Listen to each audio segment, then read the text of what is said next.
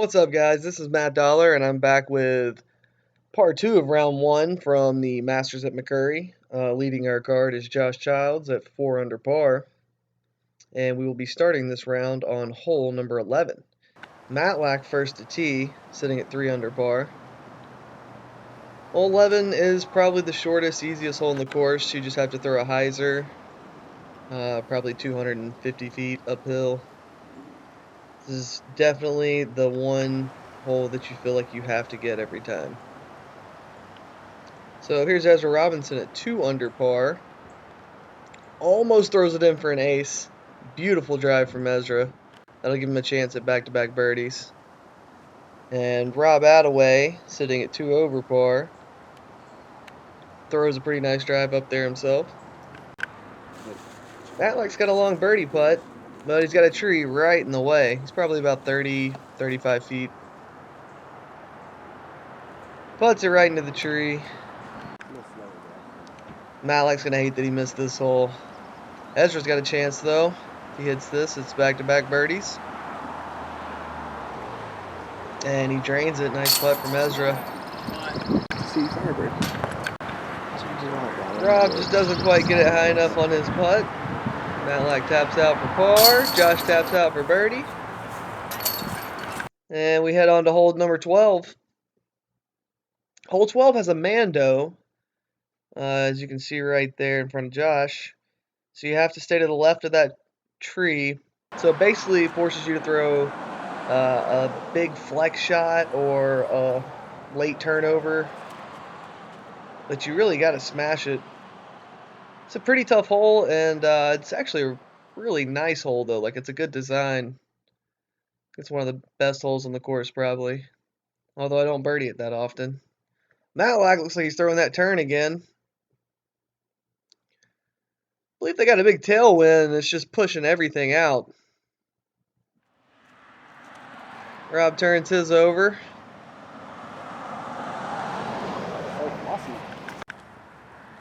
This hole plays right beside the next hole, which comes directly back.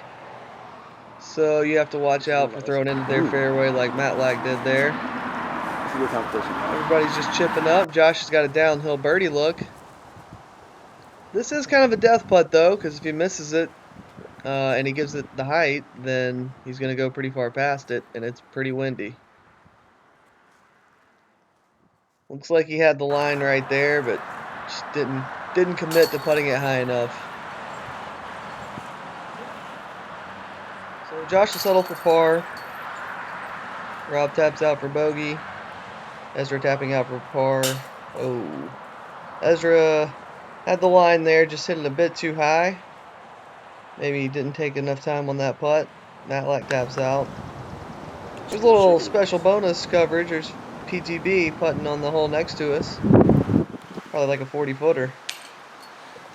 Gives it a really good run. Well, back on our hole. We're on hole number 13 in the 365-foot position. Josh throws a pretty good shot there. I believe everyone's throwing fairway drivers here. Look like Matlack's T-Bird. Comes Ezra at 2 under par. It's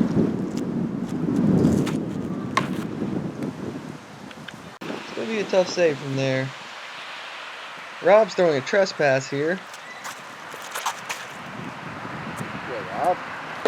And he has thrown a brilliant shot. Beautiful right up the middle with a skip to the basket. Great shot from Rob. Ezra probably has 200 feet left in the basket still.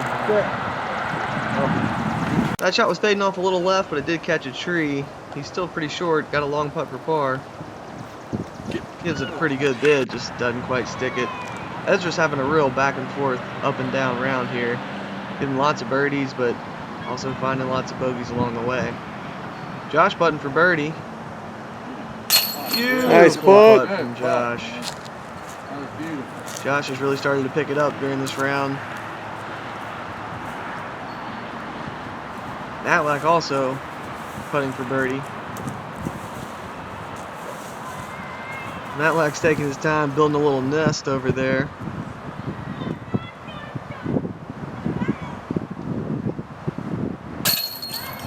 But he makes good on his birdie. And so does Rob, who was parked. Here's a little more bonus footage for you. It's Kevin McCoy teeing off on hole number 16. That's a really good looking drive.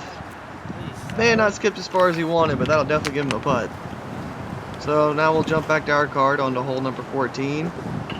This used to be hole 1. It's a really, really tight tunnel shot. Probably about 280 feet. And Josh just throws the best shot you're ever going to see. Just absolutely perfect. This hole's pretty hard to park because that tunnel just gets smaller the entire way through. Matlack pulls his a little bit right. Finds some kind of a gap. I thought you were going to get a sneak through on that one. That could be a lot worse. This birdie got Rob back to 2 over par. Looking to gain some momentum. Comes out a little left, but somehow finds a way to get pretty far down there. So Ezra's fallen back to 1 under after being 3 under a couple holes ago.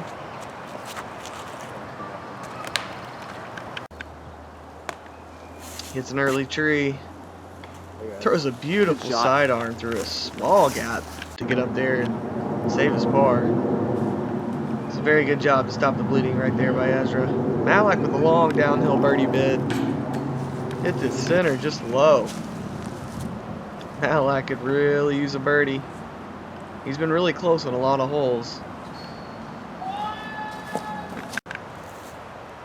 Good putt. Ezra taps in his par. Josh Childs looking to make the only birdie in the group.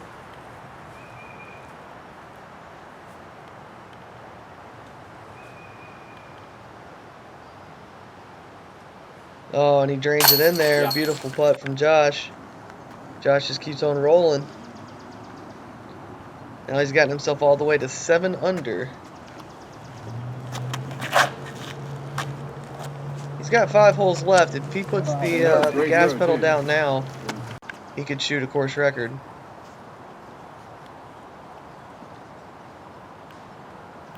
So this hole right here, I'm not sure if this is the actual tee pad, but it is the tee pad that gets used for pretty much all the tournaments. There is a gap, but not much after that. This is probably the worst hole in the course. But if you want to know how to birdie it, watch Ezra's shot. There it is. Keep going. That's the shot, man. Because that's about perfect. Josh makes a good little pitch up around that tree to get himself an easy par. Matlack's went off to the right a little bit. He's going to chip his Nova back at the basket. Get it. Spicy bid from Matlack. Like he was trying to make it. Probably went 30 feet past. It's funny. So here's Ezra putting for birdie. Yeah, good birdie from Ezra. Show these guys what it's all about. Matlack's got some chicken on his comebacker here. Definitely needs to make this. He's playing way too good to not be getting birdies, but getting a bogey too. Yeah, nice putt from Matlack to save that par. So Ezra takes the tee box and moves back to 2 under par. This is hole 16, the hole we just watched McCoy throw. And that's the shot. You got to hit that gap right there. But you don't want to skip because you skip out of bounds, just like Ezra's did there. That road on the left side of the fairway and just behind the basket is really close. And it requires power to get to this hole. It's almost 350 feet. So really the best line you have is a flex shot. But if you flex it, that means it's coming back at the end and skipping towards out of bounds. So it's a tough hole to get a 2 on, easy hole to get a 4 on. Josh threw a really good shot. It just held out just a little too much right. Didn't really skip to the left.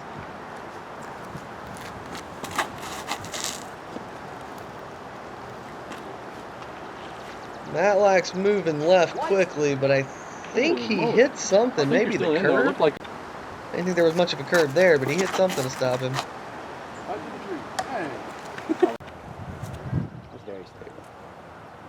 Get in. Rob just pitches one up to the basket, and we just skipped on out of there because no one made their putts.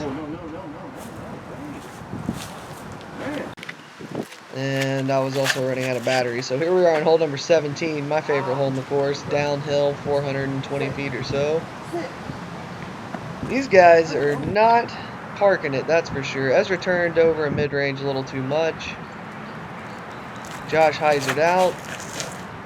Matlack's following Josh to hyzer outland. See what Rob's going to do. There's that trespass that he parked hole number 12 with, or 13 rather. He hyzers out too. So all these guys just hyzer out down there. Nobody really giving it a good chance at birdie. Josh got a long putt. Tries to give it a chance, but didn't quite do it. We're going to have all pars on hole 17, so we move on to hole 18, which is a par 4. Mando. That's about where that sign is. Ezra threw a bomb, but it just turned over a little too much and carried. And there's actually a walking track up by that fence that's out of bounds. So Ezra went out of bounds up there. Well, I guess that'll work. Matlack threw a pretty good shot there. Rob also went out of bounds up there where Ezra did. I missed Rob's shot. Because I realized we were about to have no battery life left. I was trying to just get whatever I could. Matlack throwing an excellent second shot on this hole. skip. The window to get onto the green under that big tree is really small, so this is a good par 4. Very good hole. Good finishing hole, too. Josh gives it a bid. So does Matlack, but nobody can get it in there. Rob actually suffered on that one and took a 7. Ezra took a bogey 5. Josh and Matlack both got pars. This is hole number 1, and my battery is about to die right after the tee shots. But I did snag the last couple putts on Matlack's cell phone. Ezra throws a beautiful shot up there, and it's going to be good enough to get him a birdie. So this will be our last putt of the round. It's Matlack dropping it in for 2. Josh would get a 3 from there. And Ezra would get his 2. So the final score puts Josh at 52, which is 7 under. And Josh would go on to win this tournament in a playoff. So thanks for watching, guys. I really appreciate it. And please check back for more videos.